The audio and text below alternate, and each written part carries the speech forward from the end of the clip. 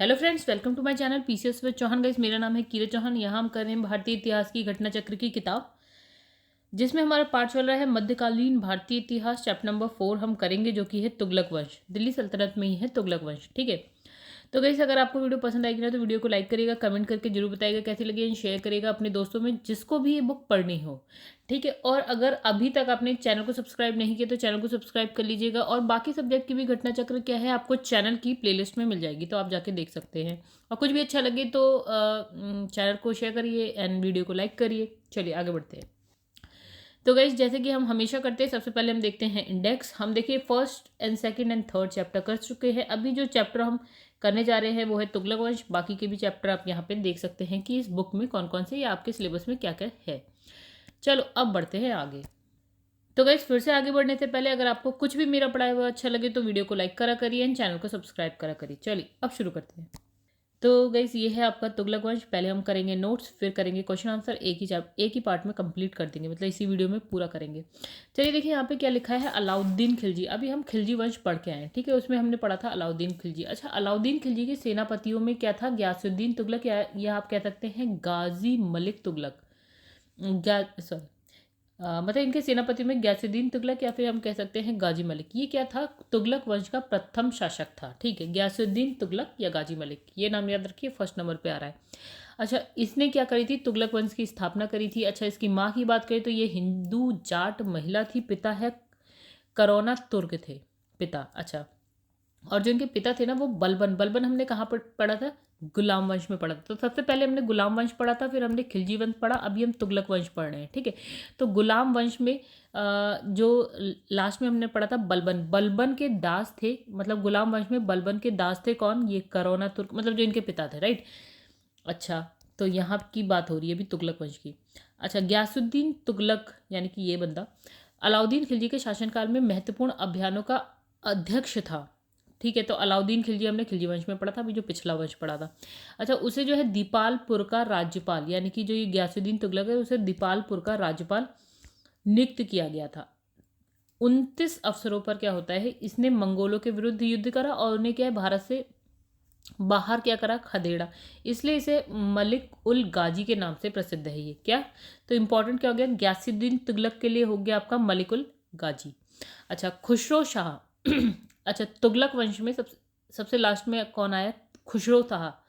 तुगलक नहीं, सॉरी, खिलजी वंश जो अभी हमने इससे पहले पढ़ा है, तो उसमें लास्ट में था खुसरो शाह। ठीक है। उसको समाप्त किया और ये दिल्ली के सिंहासन पे बैठ गया। तब यहाँ से तुगलक वंश शुरू होता है। अच्छा, 8 सितंबर 1320 को सुल्तान बनता है ये। ठीक है। इसका एक नाम गाजी बेग तुगलक, गाजी तुगलक भी था। ठीक है। तो नाम तो बहुत सारे हो गए गाइस। ये देखिए, गयासुद्दीन तुगलक, गाजी मलिक, गाजी बेग तुगलक, गाजी तुगलक, ये सब वही है, गयासुद्दीन तुगलक। ठीक है। तो इसी के कारण इतिहास में जो इसके उत्तराधिकारी हुए उन्हें क्या पुकारा गया, तुगलक, और इनका जो वंश हो गया वो हो गया आपका तुगलक वंश। चलो आगे बढ़ते हैं। अब बात करते हैं लगान की। तो इनके टाइम में जो लगान है ना, किसानों से पहले की तरह, यानी कि जो पैदावार हो रहा है, यानी कि जो उपज हो रही है, उसका 1/5 से लेकर 1/3 भाग लिया जाने लगा। ठीक है। तो 1/5 से 1/3 लिया जाने लगा। आवश्यकता अनुसार अगर अकाल पड़ता है तो भूमि कर को माफ कर दिया गया। अच्छा, राजस्व वसूली में क्या है, सरकारी जो कर्मचारी थे उनको हिस्सा नहीं दिया जाता था। यानी कि जो राजस्व वसूली होती थी लोगों से, यानी जो लगान लिया जाता था, उसका हिस्सा सरकारी कर्मचारियों को नहीं दिया जाता था। उनको क्या दिया जाता था, कर मुक्त जागीरें दी जाती थी। ठीक है। अच्छा, अब यहाँ पे क्या है, नस्ल और बटाई की प्रथा का प्रचलन हुआ। ठीक है, प्रचलन में रही है। और जो कठोर दंड, जो अलाउद्दीन ने कठोर दंड देने की जो व्यवस्था थी उसको क्या कर दिया गया, समाप्त कर दिया गया। अच्छा, लेकिन जो लोग कर नहीं देते थे, या जो सरकारी धन की बेईमानी करते थे, या जो चोर होते थे, उनको तो भैया कठोर दंड दिया जाता था। अच्छा, बर्नी क्या बोला, बर्नी ने क्या बोला, उन्होंने कहा तुगलक शाह के न्याय से भेड़िए को भी इस बात का साहस नहीं होता था कि वे भेड़ की ओर देखे। मतलब अजीब सी बात है। ठीक है, ये बर्नी ने कहा। तो इतनी सी बात हमने पढ़ ली। लगान कितना लिया जा रहा है पैदावार का, राइट। जो राजस्व वसूली हो रही है उससे उसका हिस्सा सरकारी कर्मचारियों को नहीं दिया जाता था, कर मुक्त जागीरें दी जाती थी। नस्ल और बटाई की प्रथा प्रचलित, कठोर दंड नहीं दिया जाता था, लेकिन जो बेईमानी करता था, चोरी करता था, उसको तो दिया जाता था। ठीक है, इतनी सी बात है। और अगर अकाल पड़ता था तो गाइस ये जो जो भूमि कर को माफ़ कर दिया जाता था, तो ये अच्छी बात है। आगे बढ़ते हैं। तो कहानी ख़त्म हो गई आपकी गयासुद्दीन तुगलक की। अब आ जाते हैं हम दूसरा बंदा, यानी कि आपका मोहम्मद बिन तुगलक, MBT, राइट। मोहम्मद बिन तुगलक की जो टाइम पीरियड है वो 1325 से लेकर है 1351 तक। ठीक है, ये सर्वाधिक विद्वान था, शिक्षित शासक था। खगोल शास्त्र, गणित, आयुर्विज्ञान सहित अनेक विधाओं में निपुण था, मतलब इन सबका अच्छा ज्ञान था इसे। किसे? मोहम्मद बिन तुगलक की बात हो रही है। तो दूसरा बंदा चल रहा है, गयासुद्दीन तुगलक के बाद मोहम्मद बिन तुगलक की बात कर रहे हैं हम यहाँ पे। तो गैस यहाँ लिखा है कि जो मोहम्मद बिन तुगलक है, उसने क्या किया, कृषि की उन्नति के लिए एक नए विभाग की स्थापना करी जिसका नाम था दीवाने अमीर कोही। तो ये हो गई इंपॉर्टेंट बात। तो दीवाने अमीर कोही किसने मतलब स्थापित किया, स्थापना किसने करी? तो मोहम्मद बिन तुगलक ने। अच्छा, इस विभाग का मुख्य कार्य क्या था कि जो है कृषकों को प्रत्यक्ष सहायता दो, और जो कृषि भूमि है मतलब कृषि भूमि या भूमि अधिक भूमि कृषि कार्य में लाना। ठीक है, मतलब ज़्यादा से ज़्यादा भूमि पे कृषि कार्य हो। अच्छा, 60 वर्ग मील की भूमि का एक लंबा टुकड़ा इस कार्य के लिए चुना गया। तो ये कोई नहीं पूछ रहा इतनी बात। चलिए, अब भूमि पर कृषि सुधार किए गए, फसल चक्र के अनुरूप हेरफेर के साथ विभिन्न फसलों की खेती करी गई, यानी कि कृषि सुधार और फसल चक्र। चलिए आगे बढ़ते हैं। तो इसमें लिखा है कि जो मोहम्मद बिन तुगलक है, उनके प्रयोगों में एक सबसे महत्वपूर्ण क्या था कि उनकी जो राजधानी यानी कि कैपिटल है वो दिल्ली से कहाँ ले आए? दौलताबाद यानी कि देवगिरी ले आए। ठीक है, अब इब्ने बतूता क्या कहते हैं कि जो सुल्तान है ना, उसे दिल्ली की जनता ना पसंद नहीं करती थी, असम्मानपूर्ण पत्र लिखती थी। अच्छा, उन्हें दंड देने के लिए उसने क्या किया, मोहम्मद बिन तुगलक ने जो अपनी राजधानी है वो कहाँ, देवगिरी को राजधानी बना दी, यानी कि दौलताबाद को राजधानी बना दी। ठीक है, तो इसमें लिखा है डॉक्टर AK निज़ामी के अनुसार। अच्छा, ये क्या कहते हैं कि खिलजी वंश में एक बंदा था जिसका नाम था कुतुबुद्दीन मुबारक खिलजी। इसने जो है ना देवगिरी का नाम बदल के रख दिया था कुतुबाबाद। अब ये मोहम्मद बिन तुगलक आते हैं, इनने नाम बदल के रख दिया दौलताबाद। ठीक है, फिर से समझो, नाम था पहले देवगिरी, देवगिरी था पहले नाम। ठीक है, अब ये कुतुबुद्दीन मुबारक खिलजी ने इसका नाम रख दिया कुतुबाबाद। ठीक है, पहले नंबर। दूसरा नंबर, फिर खिलजी ने सॉरी मोहम्मद बिन तुगलक ने क्या करा, इसका नाम रख दिया दौलताबाद। थर्ड नंबर, अभी चल रहा है दौलताबाद। ठीक है, तो इसने कहा देवगिरी को कुतुबुल इस्लाम भी कहा गया। चलिए आगे बढ़ते हैं। लिखा है मोहम्मद बिन तुगलक ने अपने सिक्कों पर क्या लिखवाया, अल सुल्तान जिल्ले लाही, यानी कि सुल्तान ईश्वर की छाया है, या आप कह सकते हैं ईश्वर सुल्तान का समर्थक है, ये वाक्य लिखवाया। ठीक है, अब ये जो है मोहम्मद बिन तुगलक द्वारा जारी जो स्वर्ण सिक्के हैं उसको इब्ने बतूता ने क्या बोला, दीनार बोला। ठीक है, तो बर्नी कहता है कि 5 मुख्य योजनाओं का उल्लेख करता है मोहम्मद बिन तुगलक की। 5 मुख्य योजनाएं। पहला, दोआब में कर वृद्धि। दोआब मतलब 2 नदियां बह रही हैं, इसके बीच का जो क्षेत्र है वहां पे टैक्स को बढ़ा देना। ठीक है, दूसरा इसने कहा देवगिरी को राजधानी बना देना, ये तो हो गई थी। अच्छा, तीसरा इसने कहा सांकेतिक मुद्रा जारी करना, जैसे लाइक आज होता है ना टोकन, टोकन कॉइन होते हैं। जैसे आप कह लीजिए कि आप पैसा देते हैं, एक टोकन कॉइन ले लेते हैं और मेट्रो में ट्रैवल करते हैं उस टोकन कॉइन से, राइट। तो वही बोला इसने, सांकेतिक मुद्रा जारी करना। फिर इसने कहा एक जगह है खुरासान, उस पर आक्रमण करना, एक जगह है कराचिल, उस पर उसका अभियान करना। ठीक है, उसकी ओर अभियान करना। तो ये 5 चीज़ें यानी कि योजनाएं थी मोहम्मद बिन तुगलक की। नेक्स्ट बात आती है, एक बंदा है इब्ने बतूता, तो बहुत इंपॉर्टेंट है, याद रखिएगा। तो इसका टाइम पीरियड 1333 से लेकर 1347। ठीक है, अच्छा, ये अफ्रीका में एक जगह है, यानी कि एक देश है मोरक्को, वहाँ का यात्री था। ठीक है, अब मोहम्मद बिन तुगलक के कार्यकाल में क्या होता है, ये भारत आता है। देखिए 1325 से 51 के बीच का टाइम है जब ये भारत आ रहा है। ठीक है, अच्छा, मोहम्मद बिन तुगलक ने इसे क्या करा, दिल्ली का काजी नियुक्त कर दिया, और बाद में 1342 में सुल्तान का राजदूत बनाकर इसे कहाँ भेजा, चीन भेज दिया। मोरक्को से आया, दिल्ली का काजी बन गया, फिर इसे चीन भेज दिया गया। इब्ने बतूता ने किताबुल रहेला नामक अपनी पुस्तक में अपनी यात्रा के बारे में लिखा, यानी कि यात्रा का विवरण दिया। तो भैया इब्ने बतूता की बुक याद रखिएगा, किताबुल रहेला। अच्छा, सल्तनत काल में डाक व्यवस्था का जो विस्तृत विवरण हमें कहाँ मिलता है? ये जो मतलब ये बोला कि सल्तनत काल में डाक व्यवस्था थी, इसके बारे में कहाँ मिला? इब्ने बतूता का जो ये यात्रा वृत्तांत है ना, उसके द्वारा आपको पता चलता है कि उस समय डाक व्यवस्था थी। चलो आगे बढ़ते हैं। लिखा है कि दिल्ली के सुल्तानों में मोहम्मद बिन तुगलक प्रथम ऐसा सुल्तान था जिसने क्या हिंदुओं के त्योहारों को यानी कि मुख्यतः होली में भाग लिया, मतलब मनाता होगा। तो उसने क्या करा, अपने जो सरकारी पद है उसमें गैर तुर्कों या भारतीय मुसलमान आप कह सकते हैं, उन लोगों को नियुक्त किया सरकारी पदों पर। अच्छा, इसके कारण क्या होता है, बनी ने उसकी क्या करी, आलोचना करी। उनने कहा भैया जो ऐसे व्यक्ति होते हैं ना, जो गैर तुर्कों को या जो हम मतलब उनके अपने व्यक्ति नहीं है, उनको अगर सरकारी पदों पे रख रहे हैं तो उसको उनने बर्नी ने क्या बोला, छिछोरा, माली, जुलाहा, नाई, रसोईया, ये सब कह के उनकी आलोचना करी। राइट। अब 20 मार्च 1351 में क्या होता है, इनकी मृत्यु हो जाती है। किसकी? मोहम्मद बिन तुगलक की। अच्छा, अब बदायूनी क्या कहता है उनकी मृत्यु पे, कि सुल्तान को उसकी प्रजा से और प्रजा को सुल्तान से मुक्ति मिल गई। चलो आगे बढ़ जाते हैं। तो गैस यहाँ ख़त्म होती है बात मोहम्मद बिन तुगलक की। ठीक है, तो सबसे पहले हमने पढ़ा गयासुद्दीन तुगलक, दूसरे नंबर पे पढ़ा हमने मोहम्मद बिन तुगलक। अब हम पढ़ेंगे फिरोज शाह तुगलक। राइट, फिरोज शाह तुगलक तीसरा बंदा, ये भी बहुत इंपॉर्टेंट है। अच्छा, इनने क्या करा, फिरोज शाह तुगलक की बात हो रही है, इनने सामान्य लोगों की भलाई के लिए कुछ उपकार किए। इनने एक तो खोला रोजगार दफ्तर, यानी कि एक दफ्तर खोला। राइट, रोजगार दफ्तर। अब इसमें क्या करा, इनने कहा कि भैया हर व्यक्ति की गुण योग्यता देखकर जांच पड़ताल कर कर उनने अधिक से अधिक लोगों की नियुक्ति करी, यानी कि रोजगार दिया, बेरोजगारी की समस्या को हल किया उसने। ठीक है, दूसरी बात करते हैं। तो फिरोज शाह तुगलक ने क्या है, तुगलक संतों और जो धार्मिक व्यक्ति हों उनको जागीरें या संपत्ति क्या करी, दान दी। ठीक है, अब उसने एक विभाग भी खोला जिसका नाम था दीवाने खैरात। राइट, इंपॉर्टेंट है बहुत ज़्यादा। तो दो विभाग हो गए, एक तो इसने यहाँ रोजगार दफ्तर खोला, और दूसरा अभी हम बात करें एक विभाग की जिसका नाम है दीवाने खैरात।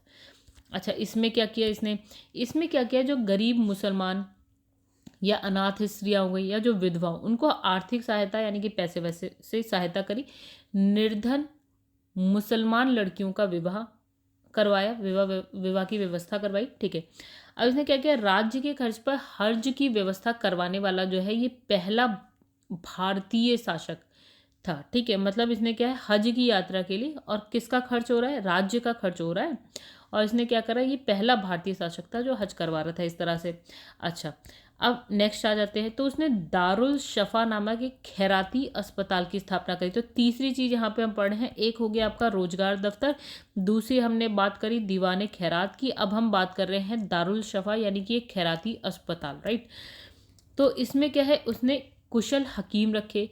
अच्छा, अब ये अगर बात करें तो फिरोज शाह तुगलक को क्या है, दासों का बहुत शौक था। उनके पास कितने दास थे, 1,80,000 तक इसके पास दास थे। ठीक है, अच्छा, उनकी देखभाल के लिए उसने एक विभाग खोला, यानी कि दीवाने बंदगाह नामक एक विभाग खोला जो दासों की देखभाल करता था। मतलब अब हमने कहानी क्या क्या पढ़ ली, एक हमने पढ़ लिया रोजगार दफ्तर, दूसरा हमने पढ़ा दीवाने खैरात, ठीक है, जिसमें गरीबों की सहायता करी उनने।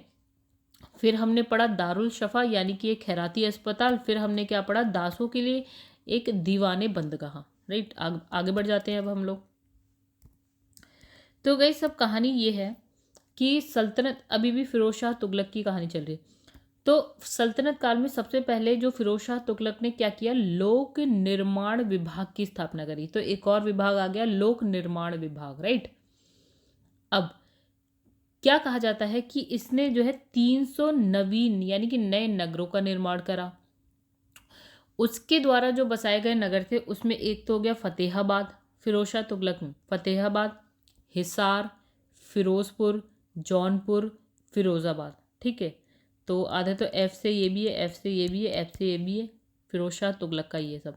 ठीक है, अब इसने कहा फरिश्ता, एक बंदा है, फरिश्ता के अनुसार फिरोज शाह तुगलक ने 40 मस्जिदें, 30 विद्यालय, 20 महल, 100 सराय, 200 नगर, 100 अस्पताल, 5 मकबरे, 100 सार्वजनिक स्नानगृह, 10 स्तंभ, 150 पुलों का निर्माण करवाया। तो गाइस क्या पूछेगा, इसने ये नहीं पूछेगा कि कितने, लेकिन हाँ, आपको एटलीस्ट ये पता होना चाहिए कि उसने मस्जिदें, विद्यालय, महल, पुल, स्नानागार, मकबरे, अस्पताल, नगर, इन सब का क्या करा है इनने, निर्माण करवाया। ठीक है, ये आपको पता होना चाहिए। नंबर नहीं भी याद हो रहे हैं तो कोई बात नहीं। अच्छा, अपने बंगाल अभियान के दौरान उसने क्या करा, इकदला का नाम बदलकर रख दिया आजादपुर, और पंडुआ का नाम बदलकर क्या क्या रख दिया, फिरोजाबाद। ठीक है। अच्छा, इनके जो मुख्य वास्तुकार थे, यानी कि जो आर्किटेक्ट थे, ये जो बनाते हैं ये सारी, जो जैसे आप देखते हैं बिल्डिंग विल्डिंग बनाते थे, तो आर्किटेक्ट जो थे, इनके मुख्य आर्किटेक्ट वो थे आपके मलिक गाजी शहना, ये नाम याद रख लीजिएगा। अच्छा, प्रत्येक भवन की योजना को उसने व्यय अनुमान के साथ दीवाने विजारत के सम्मुख रखा। मतलब एक विभाग था दीवाने विजारत, भैया इसने कहा कि इतना पैसा लगेगा, इस तरह से बनेगा, तो पहले उसे उसके बारे में किसको बताना है, दीवाने विजारत। ठीक है, इसके सामने ये बात रखनी है। ठीक है, तभी उस पर जो है धन स्वीकार किया जाएगा। मतलब इसने कहा कि मुझे लाइक 50 लाख रुपए चाहिए, तो इनके सम्मुख रखा गया कि हाँ क्या ये 50 लाख में ही बनेगा, हाँ हाँ ठीक है, ठीक है, तभी स्वीकार, अगर ये स्वीकार करता है तब इनको पैसा मिल जाएगा। चलिए आगे बढ़ते हैं। तो गाइस एक चीज़ बहुत इंपॉर्टेंट है, जो फिरोज शाह तुगलक के टाइम की बात है, वो है नहरों की, राइट। तो इसमें लिखा है इनका जो शासनकाल है उसमें भारत में नहरों के सबसे बड़े जाल का निर्माण करवाया, इस वजह से बहुत ज़्यादा प्रसिद्ध हुए। ठीक है, सिंचाई की सुविधा के लिए इन्होंने जो है 5 बड़ी नहरों का निर्माण कराया। तो देखिए, एक नहर निकली कौन सी, ये वाली 150 मील लंबी थी।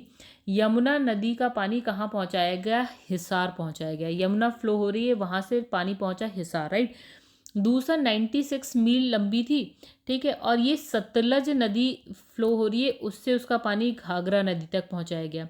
ठीक है, तीसरा हो गया आपका सिरमौर की पहाड़ियों से निकालकर हांसी तक पानी पहुंचाया गया।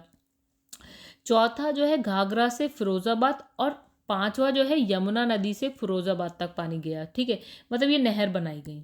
चलो आगे बढ़ते हैं। अब इसमें लिखा है फिरोज शाह तुगलक ने सिंचाई और यात्रियों की सुविधा के लिए, ठीक है, दोनों की सुविधा के लिए 150 जो है 150 कुएं खुदवाए। फरिश्ता के अनुसार फिरोज ने सिंचाई की सुविधा के लिए विभिन्न स्थानों पर 50 बांध, 30 झीलें अथवा जल को संग्रह करने के लिए तालाब का निर्माण करवाया। तो देखिए, नहर बनवाना इनके खाते में, बांध भी बनवाए, झीलें भी बनवाई, राइट, जलाशय यानी कि तालाब जैसी चीज़ें भी इन्होंने बनवाई। ठीक है, और एक कुएं भी बनवाए। तो ये जहाँ पे भी ये चीज़ें आए ना, समझ लो यहाँ पे नाम लिखना है आपको फिरोज शाह तुगलक का, राइट। तो गई सब हो रही है सिंचाई। तो अब देखिए क्या हुआ कि फिरोज शाह तुगलक ने उलेमा वर्ग की स्वीकृति के बाद, मतलब इन्होंने ऐसा कहा कि आप एक कर लगाओ।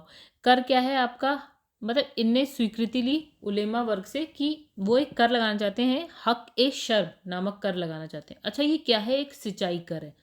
यानी जो भी व्यक्ति, यानी कि जो भी किसान जो है शाही नहरों से पानी लेता था सिंचाई के लिए, उसको जो है अपनी पैदावार का 1/10 भाग क्या देना पड़ता था, टैक्स देना पड़ता था।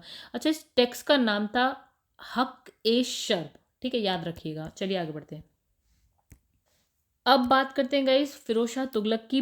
इन्होंने क्या किया कि ब्राह्मणों पर इन्होंने क्या लगा दिया, जजिया कर। अभी तक ब्राह्मणों से जजिया कर नहीं लिया जाता था। आगे बढ़ते हैं। अब इन्होंने क्या किया, इनको जो है ना बागबानी में अच्छी खासी रुचि थी, तो इन्होंने दिल्ली के निकट क्या किया, 1200 नए फलों के बाग लगाए और फलों की गुणवत्ता को सुधारने के भी बहुत उपाय किए। मतलब इनके खाते में एक और चीज़ आ जाती है, फलों के बाग। तो गाइस ये सब पूछा जाता है, इसलिए मैं बहुत ज़्यादा इस पर फोकस कर रही हूँ। आगे बढ़ते हैं। चलिए दो स्तंभों की बात करते हैं। ठीक है, और ये दोनों स्तंभ किसके हैं, अशोक के। तो इन्होंने क्या किया, फिरोज शाह तुगलक ने अशोक के 2 स्तंभों को मेरठ और टोपरा से कहाँ ले आए, ये दिल्ली ले आए। ठीक है, टोपरा मतलब अब जो है अंबाला जिला है टोपरा, राइट। तो ये वहां से उठा के क्या लाए, दिल्ली। अच्छा, जो टोपरा वाला स्तंभ था उसको जो है महल और तथा फिरोजाबाद की मस्जिद है उसके निकट इनने क्या करा, स्थापित कर दिया, पुनः स्थापित कर दिया। मतलब वहां से उठा के लाए, यहाँ पुनः स्थापित कर दिया। और जो मेरठ वाला स्तंभ था वो दिल्ली में जो वर्तमान हिंदू राव अस्पताल है ना, उसके निकट एक टीले कश्के शिकार, या हम कहते हैं कि आखेट स्थान के पास उन्होंने पुनः स्थापित कर दिया, यानी मेरठ से और टोपरा से लाए और दिल्ली में एक एक जगह पे स्थापित कर दिया। आगे बढ़ते हैं। अब बात करेंगे कि दिल्ली के सुल्तान जो फिरोज शाह तुगलक है, उनने इस उद्देश्य से एक कौन सा विभाग आया, अनुवाद विभाग की स्थापना करी, कि उनने एक मतलब इस विभाग की स्थापना करी कि इससे क्या होगा कि हिंदू मुस्लिम दोनों संप्रदाय के लोग क्या है एक साथ बैठेंगे, एक दूसरे के विचारों को समझेंगे और अपनी जो समझ है ना उसको बेहतर कर सकेंगे। ठीक है, तो उनने क्या करा कि कुछ संस्कृत ग्रंथों का फारसी में अनुवाद भी करवाया। चलिए आगे बढ़ते हैं। लिखा है नासिरुद्दीन महमूद 1394 से 1412 तक का था तुगलक पीरियड, राइट। तो नासिरुद्दीन महमूद तुगलक वंश का अंतिम शासक बना। सबसे पहला क्या पढ़ा था, गयासुद्दीन तुगलक, फिर हमने पढ़ा मोहम्मद बिन तुगलक, फिर हमने पढ़ा फिरोज शाह तुगलक। अब हम जो चौथा राजा मतलब शासक पढ़ रहे हैं वो है आपका नासिरुद्दीन महमूद। ठीक है, और ये मतलब देखिए इसके बीच में भी हैं जो चुटपुट होंगे, जो बहुत इंपॉर्टेंट नहीं होंगे छोड़ दिया, जो इंपॉर्टेंट है उसकी बात करते हैं। नासिरुद्दीन महमूद जो है अंतिम है इसलिए भी इंपॉर्टेंट है। तो इसके शासनकाल में क्या होता है कि ख्वाजा जहां ने जौनपुर के स्वतंत्र राज्य की स्थापना करी। जौनपुर आपको लोग को पता होगा यूपी उत्तर प्रदेश में है। ठीक है, तो पंजाब का सूबेदार खिज्र खां स्वतंत्र होकर दिल्ली को प्राप्त करने के लिए प्रयत्न करने लगा। कहाँ का सूबेदार है, पंजाब का। कौन है, खिज्र खां। ठीक है, अच्छा, फिरोज के एक अन्य पुत्र यानी कि नुसरत शाह ने नासिरुद्दीन महमूद को क्या करा, चुनौती दी। ठीक है, अब फलस्वरूप तुगलक वंश दो भागों में विभाजित हो गया। ठीक है, दोनों शासकों ने एक ही स्थान दिल्ली के छोटे से राज्य पर शासन किया। फिर है नासिरुद्दीन जो है दिल्ली में रहा और जो नुसरत शाह है वो कहाँ रहा, आपका फिरोजाबाद में रहा। यानी कि दोनों ही क्या है गाइज, फिरोज शाह तुगलक के पुत्र हैं। ठीक है, और दोनों ही अपने में लड़ रहे हैं। एक शासन कर रहा है दिल्ली पे, एक कर रहा है फिरोजाबाद पे, पास ही पास। ठीक है, अच्छा, नासिरुद्दीन महमूद के शासनकाल में मध्य एशिया के महान मंगोल सेना नायक तैमूर ने भारत पर आक्रमण किया। तो तैमूर एक इम्पॉर्टेंट नाम है। ठीक है, तो तैमूर ने भारत पर आक्रमण कब किया, जब कौन शासन कर रहा था, यहाँ पे नासिरुद्दीन महमूद। टाइम है यहाँ पे आपका ईयर है आपका 1398 का। अच्छा, ये कथन इसी शासक के लिए प्रचलित था क्या, शहंशाह की सल्तनत दिल्ली से पालम तक फैली हुई है। बस इतनी सी बात। चलिए, तैमूर के आक्रमण कब कर रहा है, 1398 में। तो ये जो आक्रमण है तैमूर का आक्रमण, उसने दिल्ली सल्तनत और तुगलक वंश दोनों को ही नष्ट कर दिया। ठीक है, तो यहाँ पे दिल्ली सल्तनत और तुगलक वंश दोनों गायब हो रहे हैं। ठीक है, अच्छा, 1412 में नासिरुद्दीन महमूद की मृत्यु के साथ जो है तुगलक वंश का अंत हो गया। ठीक है, अब 1413 में सरदारों ने दौलत खां को दिल्ली का सुल्तान बनाया, परंतु उसे खिज्र खां ने पराजित कर दिया। अच्छा, खिज्र कहाँ हम कहाँ पढ़ के आए, तो गाइस खिज्र खां जो हमने ये पढ़ा था कि पंजाब का सूबेदार कौन, खिज्र खां स्वतंत्र होकर दिल्ली को प्राप्त करने के लिए प्रयत्न कर रहा था। ठीक है, तो जब ये मरा आपका कौन, नासिरुद्दीन महमूद मरा, तो दौलत खां, अब यहाँ पे खिज्र खां ने क्या करा, दौलत खां को पराजित कर दिया। तो वे तैमूर द्वारा नियुक्त लाहौर का सूबेदार बन गया। तो तैमूर ने तो आक्रमण किया था, तो इसने क्या करा, इसको लाहौर का सूबेदार बना दिया। और तैमूर के आक्रमण के बाद 1414 ईस्वी में दिल्ली पर अधिकार कर एक नए वंश यानी कि सैद वंश की नींव डाली। ठीक है, तो अब आपका क्या हो रहा है, दिल्ली पर अब कौन सा वंश आएगा, सैद वंश। सबसे पहले हमने गाइस कौन सा पढ़ा था, गुलाम वंश पढ़ा था। दूसरा हमने कौन सा वंश पढ़ा था, हमने खिलजी वंश पढ़ा था। ठीक है, तीसरा हमने कौन सा वंश पढ़ा, तुगलक वंश पढ़ा। और चौथा हमने कौन सा अब हम पढ़ेंगे नेक्स्ट चैप्टर में, वो होगा आपका सैद वंश। ये सब बात हो रही है आपकी दिल्ली सल्तनत की।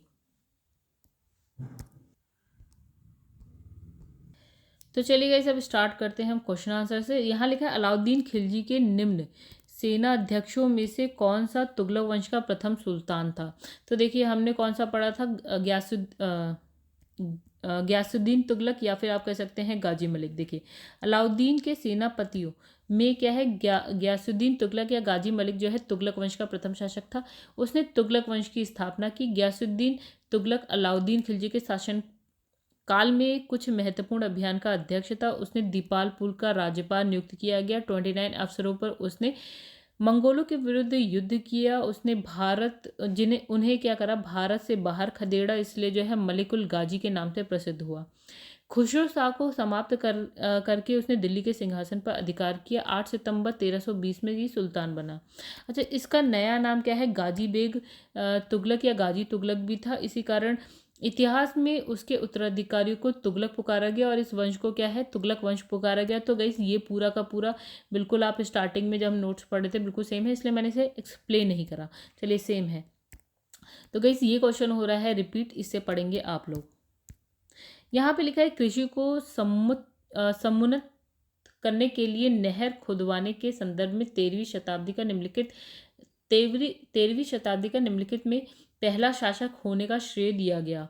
तो किसे, गयासुद्दीन तुगलक। ठीक है, 13वीं शताब्दी में नहर खुदवाने के लिए तो गयासुद्दीन तुगलक आंसर है हमारा। देखिए, तुगलक वंश की स्थापना गयासुद्दीन तुगलक ने की। तो इसने क्या है, कृषकों की स्थिति में सुधार के लिए प्रयास किया। अच्छा, उसने मुकद्दम और खूतों को उनके पुराने अधिकार लौटा दिए। तो गाइस यहाँ पे जो नया होगा उसकी बात हम करेंगे। यहाँ पे कुछ नया है जो हम नोट्स में पढ़ के नहीं आए। तो इसने क्या किया, मुकद्दम और जो खूतो थे उनको उसके पुराने अधिकार लौटा दिए। गयासुद्दीन ने लगान निश्चित करने में बटाई का प्रयोग फिर से प्रारंभ किया। अच्छा, ऋणों की वसूली को इसने क्या है, बंद करवा दिया। भू राजस्व की दर 1/3 की। सिंचाई के लिए नहरों का निर्माण और सिंचाई हेतु नहर निर्माण कराने वाला गयासुद्दीन पहला शासक था। अच्छा, सिंचाई के लिए नहर निर्माण, तो गाइस ये बात याद रखिएगा, नहीं तो अधिकतर लोग कितने कंफ्यूज हो जाते हैं इसमें और फिरोजशाह तुगलक में। ठीक है, तो देखिए ये पैराग्राफ एकदम नया था, तो इसमें बहुत सारी चीज़ें आपको नई मिलेंगी। आगे बढ़ते, किस वंश के सुल्तानों ने सबसे अधिक समय तक देश में राज्य किया। तो गाइस इसका आंसर हो गया आपका तुगलक वंश। ठीक है, चलिए यहाँ पे देखिए, सबसे पहले हमने पढ़ा गुलाम वंश। गुलाम वंश का जो टाइम पीरियड था वो 1606 से लेकर 1206 से 1290 तक था। अगर आप इसे टोटल करेंगे तो इसके बीच में टोटल कितने साल आ जाएंगे, 84 ईयर्स हो जाएंगे। ठीक है, गुलाम वंश। फिर खिलजी वंश का जब हम टाइम पीरियड 1290 से लेकर 1320, तो इसमें आते हैं 30 वर्ष। ठीक है, फिर हम आ जाते हैं लोधी वंश की बात करते हैं यहाँ पे। तो लोधी वंश अभी हम आगे पढ़ेंगे। चलिए तुगलक वंश देख लेते हैं। तो तुगलक वंश का था आपका 1320 से लेकर 1412 तक, ये सबसे ज़्यादा है, 92 ईयर्स का है। और एक ऑप्शन में लिखा है लोधी वंश जो 76 का है। तो सबसे ज़्यादा जो, ये इंपॉर्टेंट क्वेश्चन है, सबसे ज़्यादा शासन करने वाला कौन सा वंश है, ये हमारा है आपका तुगलक वंश है। ये इंपॉर्टेंट है बहुत ही ज़्यादा। चलिए आगे बढ़ते हैं। तो दिल्ली सल्तनत का सर्वाधिक विद्वान शासक जो खगोल शास्त्र, गणित, आयुर्विज्ञान सहित अनेक मतलब इन सब चीज़ों में ज्ञान था जिसको, वो था आपका मोहम्मद बिन तुगलक, हम पढ़ चुके हैं।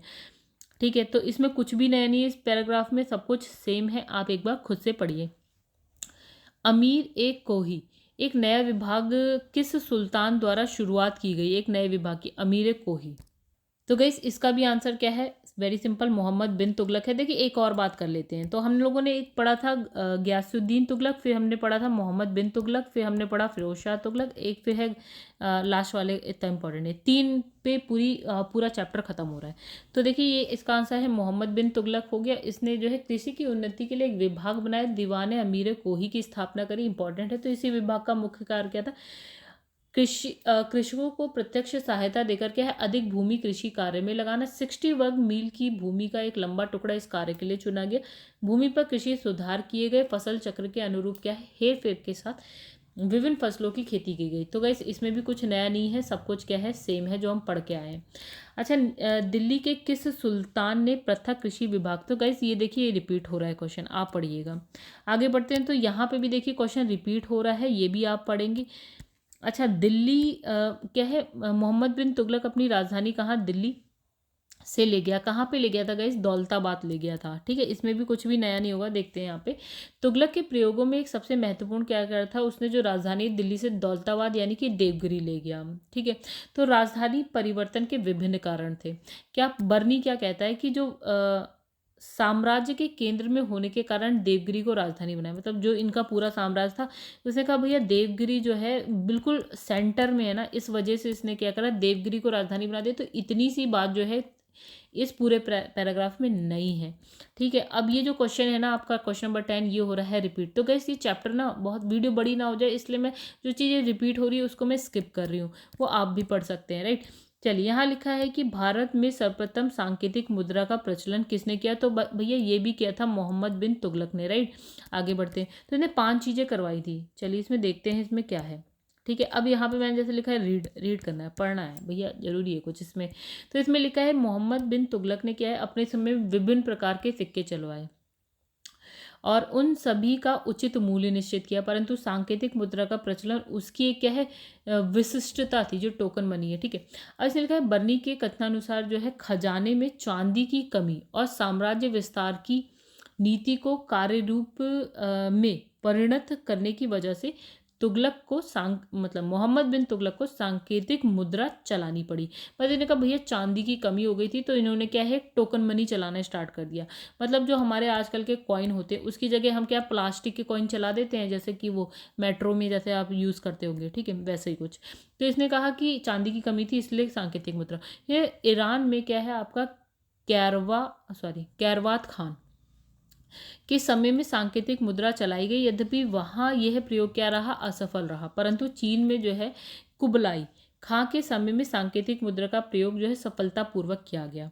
मतलब जो ईरान में हुआ वो तो फेल हो गया, लेकिन चाइना वाला थोड़ा ठीक ठाक चला। ठीक है, अब संभवतः नवीन अन्वेषणों का प्रयोग करने वाले मोहम्मद बिन तुगलक ने उन देशों से प्रेरणा प्राप्त की। भैया तुगलक ने देखा होगा कि भैया ऐसा हो रहा है तो हम भी कर लेते हैं। तो आधुनिक इतिहासकारों का यह भी कहना है कि उसके समय में संपूर्ण विश्व में चांदी की कमी हो गई और भारत में तो बहुत ही कमी हो गई। ठीक है, जिस कारण उसने क्या करा, सांकेतिक मुद्रा चलाई। तो सांकेतिक मुद्रा किसने चलाई, मोहम्मद बिन तुगलक। अच्छा, निम्नलिखित में से कौन पहला सुल्तान था जिसने भारत में सांकेतिक मुद्रा चलाई। तो ये हो गया, देखिए रिपीट, मोहम्मद बिन तुगलक। अच्छा, तुगलक के शासनकाल, मोहम्मद बिन तुगलक का शासनकाल क्रांतिकारी योजनाओं के लिए जाना जाता है। तो उसने उनकी प्रमुख योजना जो है मुद्रा व्यवस्था से संबंधित थी। सुल्तान ने तांबे तथा उसके मिश्रित यानी कि कांसे के शीशे के जारी तांबे तथा इससे मिश्रित कांसे के शीशे सिक्के जो है जारी करे, जिसका मूल्य तत्कालीन जारी चांदी के सिक्के के ही बराबर था। ठीक है, जिसे हमने क्या बोला, सांकेतिक मुद्रा। तो ऐसा प्रयोग करने वाला तुगलक, मोहम्मद बिन तुगलक भारत का पहला सुल्तान था और ये योजना बाजार में अव्यवस्था उत्पन्न करने के कारण क्या हो गई, असफल हो गई। भैया आप एक चांदी का सिक्का लिए, एक आप प्लास्टिक का कॉइन लीजिए, ठीक है, इसका मूल्य है 100 रुपये और इसका भी मूल्य है 100 रुपये, ये कोई बात ही नहीं हुई, गलत। चलिए, तो मतलब ये असफल रहा जो इनका प्रयोग है। चलिए, यहाँ पे लिखा मोहम्मद बिन तुगलक ने एक नया स्वर्ण सिक्का जारी किया जो इब्न बतूता द्वारा दीनार कहलाया। तो गाइस ये बात सही है। कारण लिखा है कि मोहम्मद बिन तुगलक पश्चिम एशियाई और क्या है उत्तर अफ्रीकी देशों के साथ व्यापार में अभिवृद्धि के कारण स्वर्ण सिक्के को टोकन मुद्रा जारी करना चाहता था। तो गाइस ये बात गलत है, बिल्कुल गलत है। तो ए सही यानी कि कथन सही है, कारण गलत है। मतलब इसने कहा कथन सही है, कारण गलत है। चलिए यहाँ देखते हैं क्या लिखा है। तो मोहम्मद बिन तुगलक के द्वारा जारी स्वर्ण के सिक्कों को इब्ने बतूता द्वारा दीनार की संज्ञा दी गई। मोहम्मद बिन तुगलक अपनी सैन्य शक्तियों में अभिवृद्धि के लिए तांबे के सिक्के की टोकन मुद्रा जारी करना चाहता था। किस लिए गई, सैन्य शक्तियों में अभिवृद्धि के लिए, ना कि पश्चिम एशियाई देशों और जो है उत्तरी अफ्रीका देशों के साथ व्यापार करने के लिए। गलत। चलिए आगे बढ़ जाते हैं। तो मध्यकालीन यात्री और लेखक जो है इब्ने बतूता किस देश का निवासी था, ये हम जानते हैं मोरक्को का था। और मोरक्को कहाँ है, आपका अफ्रीका में मिलेगा। ठीक है, आगे बढ़ते हैं। अब लिखा है कि मोहम्मद बिन तुगलक प्रतीक मुद्रा यानी कि सांकेतिक मुद्रा योजना असफल सिद्ध हुई। बिल्कुल सही बात है। मोहम्मद बिन तुगलक का मुद्रा निर्गमन पर उचित नियंत्रण नहीं था। ठीक है, तो गैस ये बात भी ठीक है। मतलब इसने कहा कि इसका जो निर्गमन था ना, मुद्रा निर्गमन पर इसका उचित नियंत्रण नहीं था, जिस वजह से क्या हुआ, जो इस सांकेतिक मुद्रा की जो योजना है वो असफल रही। यानी कि ये भी सही है, ये भी सही है, इसकी सही व्याख्या भी करता है। चलो यहाँ पे देखो क्या लिखा है। तो यहाँ लिखा है कि बर्नी के अनुसार क्या होता है, इसके प्रमुख योजनाओं की बात करी मोहम्मद बिन तुगलक की 5 प्रमुख योजनाएं। एक दोआब में कर वृद्धि, ये हम पढ़ चुके हैं। देवगिरी को राजधानी बनाना, सांकेतिक मुद्रा जारी करना, खुरासान पर आक्रमण और कराची की ओर अभियान करना, ये 5 योजनाएं थी जो बर्नी ने बताई हैं। अच्छा, सांकेतिक मुद्रा या आप कह सकते हैं प्रतीक मुद्रा या टोकन मनी जो होती है आपकी, योजना का असफलता का मुख्य कारण क्या था, सिक्का ढलाने पर राज्य का नियंत्रण नहीं था। मतलब ये राज्य का नियंत्रण होना चाहिए ना, लाइक अभी ये जो हमारे पैसा बनता है, मतलब जो हमारे नोट बनते हैं, तो उस पर जो हमारी सरकार है उसका पूरा, या आरबीआई का पूरा नियंत्रण होता है कि भैया ये 3 ही जगह है जहाँ पे नोट्स बन सकते हैं, राइट, ना कि ये कि पूरे भारत में कहीं पे भी बना लो। तो इस तरह से राज्य का नियंत्रण नहीं था उस चीज़ पे। तो प्रतीक मुद्रा का मूल्य जो है चांदी के मुद्रा के मूल्य के बराबर रखा गया, जिसके कारण क्या है, अनेक जाली टकसाल, मतलब ये जो कॉइन बनाने वाले बहुत सारी जो टकसाल होते हैं वो बन गए, ठीक है। और क्या है, लगान जाली सिक्कों से दिए जाने लगा, मतलब ये नकली सिक्के बनने लगे। अब लिखा है कि मूर देश का यात्री इब्ने बतूता किसके शासनकाल में भारत आया था, तो आंसर हो गया आपका मोहम्मद बिन तुगलक के, ठीक है। तो ये हो गया आपका टाइम पे इब्ने बतूता का 1333 से लेकर 1347 है। मोरक्को यानी कि अफ्रीका का एक यात्री था, मोहम्मद बिन तुगलक के शासनकाल में ये भारत आया था और उसे जो है दिल्ली का काजी नियुक्त कर दिया इनने। तो गैस इब्ने बतूता भारत किसके शासनकाल में आया था, तो रिपीट हो गया, आंसर आप देख लीजिएगा। चलिए, किसके सल्तनत काल में डाक व्यवस्था का जो है आपका विवरण, विस्तृत विवरण दिया गया, तो ये जो इब्ने बतूता ने ही दिया था, ठीक है। अच्छा, इब्ने बतूता भारत आया तो भैया इसने एक चीन की तरफ यात्रा करी, ठीक है। तो इसने अपनी यात्रा वृत्तांत में बताया कि भैया अपने ये डाक व्यवस्था के बारे में बताया, तो उसकी एक जो किताब है उससे हमें पता चलता है, तो वो है आपका किताब उल रहेला। बाकी चीज़ें यहाँ पे सेम है, इसमें कुछ नया नहीं है, आप जो है एक बार इसे पढ़ सकते हैं। नेक्स्ट क्वेश्चन है थोड़ा अलग सा है। कश्मीर घाटी के अंतिम मुस्लिम शासक यानी कि यूसुफ शाह चक के, जिन्हें मुगल सम्राट अशोक द्वारा बिहार में निर्वासित किया गया था, दफन है। ये क्वेश्चन कहाँ से आ गया पता नहीं। आंसर है आपका नालंदा, राइट। बीपीएससी का क्वेश्चन है 2019 का है, नालंदा बिहार में है, इसलिए बीपीएससी ने पूछ लिया, ठीक है। कश्मीर घाटी के अंतिम मुगल शासक यानी कि यूसुफ शाह चक ने, जिसे मुगल सम्राट अशोक द्वारा निर्वासित किया गया था। यूसुफ शाह चक की मृत्यु 1592 में निर्वासन के दौरान बिहार में हुई और जिसे नालंदा में दफनाया गया। तो गाइस ये बिहार का क्वेश्चन है, इसलिए बिहार आ गया जबरदस्ती का यहाँ पे, ठीक है। अभी तक हम ये पढ़ के नहीं आए थे, ठीक है। होली त्योहार के सार्वजनिक उत्सव में भाग लेने वाला दिल्ली का पहला सुल्तान कौन था, आंसर है हमारा मोहम्मद बिन तुगलक, ठीक है। तो इसमें कुछ भी नया नहीं है, इसकी व्याख्या आप पढ़ लीजिएगा, ठीक है। आगे बढ़ते हैं।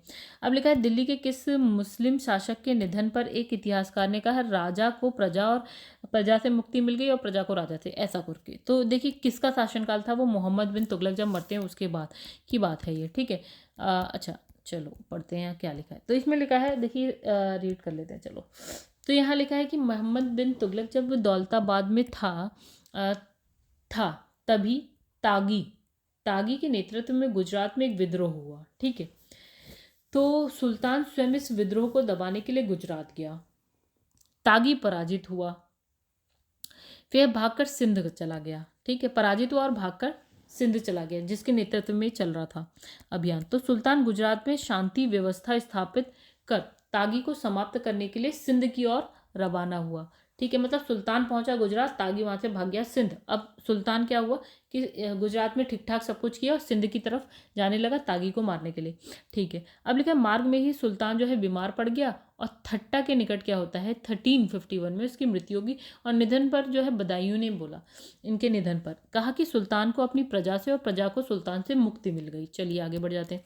तो देखिए गाइस ये हो गया क्वेश्चन रिपीट, मैं आपके लिए रोक देती हूँ, आप लोग इसे रीड करिए, ठीक है। आगे बढ़ जाते हैं, तो यहाँ पे भी रीड कर लीजिए। आगे बढ़ते हैं। निम्नलिखित में से किस सुल्तान ने बेरोजगारों को रोजगार दिलवाया। अब आ जाता है तीसरा बंदा कहानी में, यानी कि फिरोज शाह तुगलक। चलिए यहाँ से आ जाता है आंसर हमारा फिरोज शाह तुगलक। अच्छा, अब यहाँ लिखा है फिरोज शाह तुगलक ने सामान्य लोगों की भलाई के लिए कुछ उपकार किए, जैसे नियुक्ति के लिए एक दफ्तर यानी कि रोजगार दफ्तर खुलवाया। अच्छा, मनुष्य की गुणवत्ता देखी उसने, योग्यता देखी और उसकी जांच पड़ताल करके उनने क्या करा, उनकी नियुक्ति करवाई और जो है बेरोजगारी की समस्या को हल किया। चलो आगे बढ़ जाते हैं। तो गाइस यहाँ मैंने लिखा है आर, यानी कि क्वेश्चन हो रहा है रिपीट, इसे पढ़ लीजिएगा आप लोग। चलिए आगे बढ़ जाते हैं।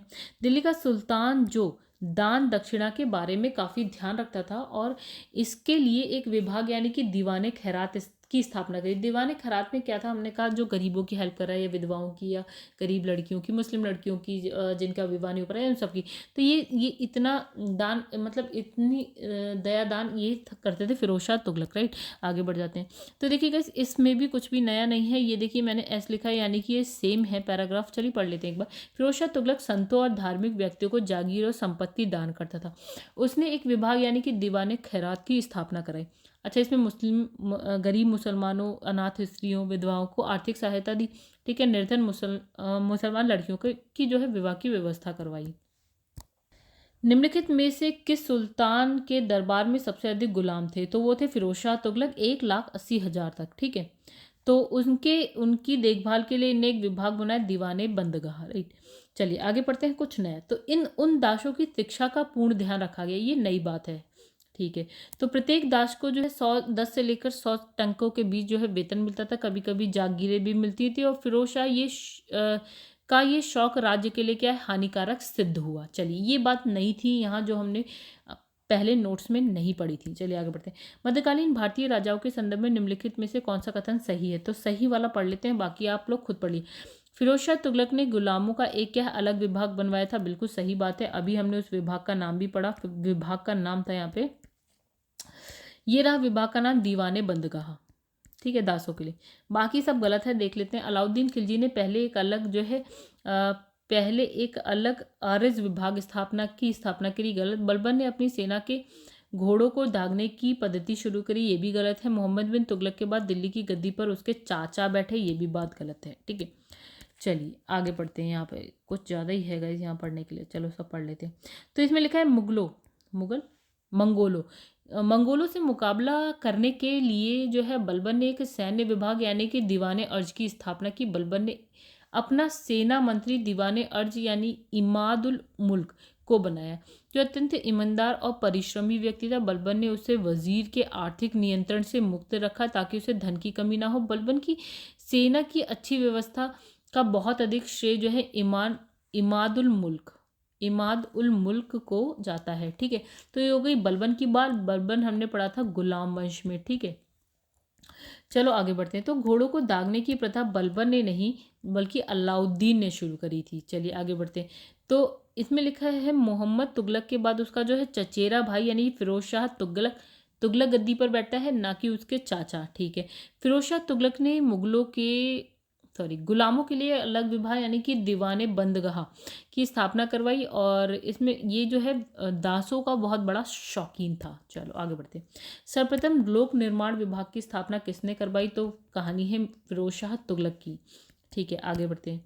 तो देखिए गाइस यहाँ पे जो है ना, आप इस पैराग्राफ को पूरा पढ़ लीजिए। इसमें कुछ भी नया नहीं है, ये सारी चीज़ें हम पढ़ चुके हैं, खाली टाइम वेस्ट होगा। तो ये सारी चीज़ें सेम है जिस पे हम टाइम लगा चुके हैं ऑलरेडी।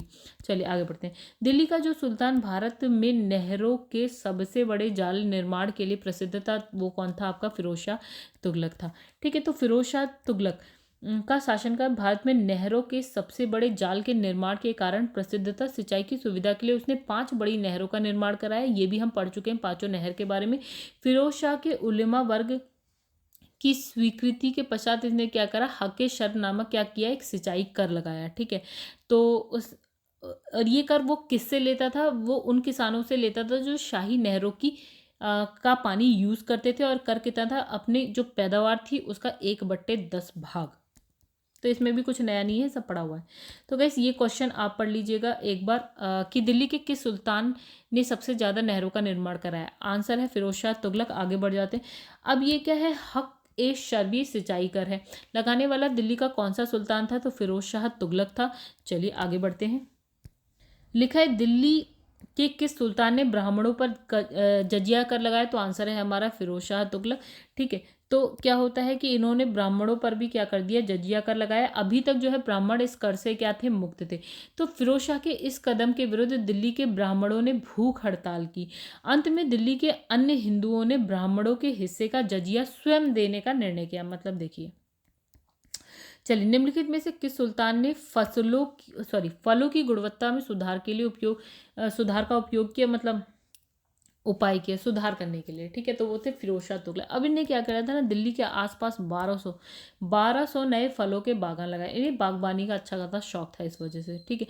और इन्हें जो है फलों की गुणवत्ता में सुधार करने के भी बहुत सारे उपाय किए। अच्छा, टोपरा मेरठ से 2 अशोक स्तंभ दिल्ली लाने वाला कौन था, वो भी आपका था फिरोज शाह तुगलक, ठीक है।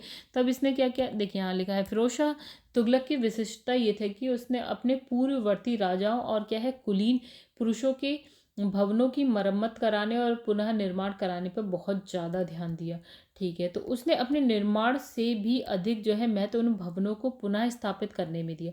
अच्छा, उसके द्वारा अशोक के 2 स्तंभों को मेरठ और टोपरा से कहाँ दिल्ली लाया गया। टोपरा वाला जो स्तंभ था उसे महल और फिरोजाबाद की मस्जिद के निकट पुनः स्थापित किया गया, और जो मेरठ वाला था उसको क्या दिल्ली में जो वर्तमान बड़ा हिंदू राव अस्पताल है उसके निकट क्या है, टीले कक्षेत्र का शिकार या फिर है आखेट स्थान के पास पुनः से स्थापित कर दिया गया। अच्छा, तो गाइस ये क्वेश्चन हो गया है रिपीट, इसे पढ़ लीजिएगा आप खुद। लिखा है, दिल्ली के किस सुल्तान ने इस उद्देश्य से एक अनुवाद विभाग की स्थापना कराई कि उससे दोनों संप्रदाय यानी कि हिंदू और मुस्लिम के संप्रदाय के लोगों में एक दूसरे के विचारों की समझ बेहतर हो सके। तो काम किया है ये फिरोज शाह तुगलक ने, ठीक है। इसमें कुछ भी नया नहीं है, और यही जो हमने क्वेश्चन में पढ़ लिया वही। और इसने क्या करा, कुछ जो संस्कृत ग्रंथ थे उसका फारसी में अनुवाद करवाया। चलिए आगे बढ़ते हैं। राज्य के खर्च पर हज की व्यवस्था करने वाला पहला भारतीय सुल्तान कौन था, वो भी यही था फिरोज शाह तुगलक, ठीक है। तो इसमें भी कुछ नया नहीं है। अच्छा, इसने खैराती दारुल शफा नामक खैराती अस्पताल की स्थापना करी और उसमें कुशल हकीम भी रखे। चलिए, फिरोज शाह तुगलक द्वारा स्थापित दारुल शफा क्या है, एक खैराती अस्पताल है जो कि हम पढ़ चुके हैं अभी, ठीक है। आगे बढ़ते हैं। दिल्ली सल्तनत के क्या है, तुगलक राजवंश का अंतिम शासक निम्नलिखित में से कौन था। तो गैस तुगलक वंश का नासिरुद्दीन महमूद था, राइट। तो फिरोज शाह तुगलक का ही बेटा। तो गैस ये देखिए, ये पूरा का पूरा पैराग्राफ हम पढ़ चुके हैं। बस इसमें लास्ट में लिखा है, शहंशाह की सल्तनत दिल्ली से पालम तक फैली हुई है। देखिए इसमें कुछ नहीं है। चलिए, यहाँ पे लिखा है, तैमूर ने किसके शासनकाल में भारत पर आक्रमण किया। तो यहाँ पे तो आंसर नहीं है। चलिए आगे बढ़ते हैं। भारत पर तैमूर का आक्रमण वस्तुतः तुगलक शाह नासिरुद्दीन महमूद के काल में हुआ। 1398 भारत पर आक्रमण करने के उद्देश्य को तैमूर ने स्वयं स्पष्ट किया था। उसमें से एक था काफिरों से युद्ध और उसका विनाश, तथा दूसरा था धन प्राप्ति। जनवरी 1399 में तैमूर फिरोजाबाद, मेरठ, हरिद्वार, कांगड़ा, जम्मू होता हुआ वापस लौटा। जाने से पहले उसने खिज्र खां को मुल्तान, दीपालपुर और लाहौर का सूबेदार नियुक्त किया। चलिए, इसमें लिखा है, तैमूर लंग ने किस वर्ष भारत पर आक्रमण किया। तो गाइस आंसर हो गया हमारा 1399 है। तैमूर के आक्रमण के बाद भारत में किस वंश का राज्य स्थापित हुआ। तो गाइस हमारा आंसर है सैयद वंश, ठीक है। तैमूर के आक्रमण ने दिल्ली सल्तनत तुगलक वंश दोनों को नष्ट कर दिया। 1412 में नासिरुद्दीन महमूद की मृत्यु के साथ तुगलक वंश का अंत हुआ। 1413 में सरदारों ने दौलत खां को दिल्ली का सुल्तान चुना, परंतु उसे खिज्र खां ने पराजित कर दिया। वह तैमूर द्वारा नियुक्त जो है लाहौर का सूबेदार। तैमूर के आक्रमण के बाद 1414 में उसने दिल्ली पर अधिकार का एक नए वंश यानी कि सैयद वंश की नींव डाली। तो गाइस देखिए, यहाँ पे हो गया चैप्टर खत्म। अच्छा, एक और क्वेश्चन है। तो यहाँ पे लिखा है, निम्न को उनके कालानुक्रम में। तो गाइस ये क्वेश्चन आप लोग खुद देख लीजिए, क्योंकि ये हम पढ़ के तो आए नहीं है इसमें कुछ भी। तो गाइस यहाँ देखिए, हमारा चैप्टर हो गया मेन खत्म। और गाइस अगर आपको वीडियो पसंद है तो वीडियो को लाइक कर दीजिएगा। चैनल को अभी तक सब्सक्राइब नहीं किया है तो चैनल को सब्सक्राइब कर दीजिएगा।